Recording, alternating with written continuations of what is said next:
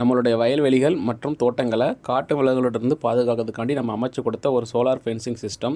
திருநெல்வேலி மாவட்டம் கலையிடங்குறிச்சியில் இந்த solar fencing சிஸ்டத்தை நம்ம அமைச்சு கொடுத்துருக்கோம். தோட்டத்தில் இருக்க ஷெட்டுக்கு மேலே நம்ம சோலார் பேனலை மவுண்ட் பண்ணியிருக்கோம். அதுக்காண்டி நம்ம அலுமினியம் மின்னிறையில் யூஸ் பண்ணி இந்த ஷெட்டுக்கு மேலேயே பார்த்தீங்கன்னா 200 வாட்ஸ் கொண்ட மோனோ சோலார் பேனலை கொண்டு இந்த சோலார் அமைப்பை ஏற்படுத்தி கொடுத்துருக்கோம்.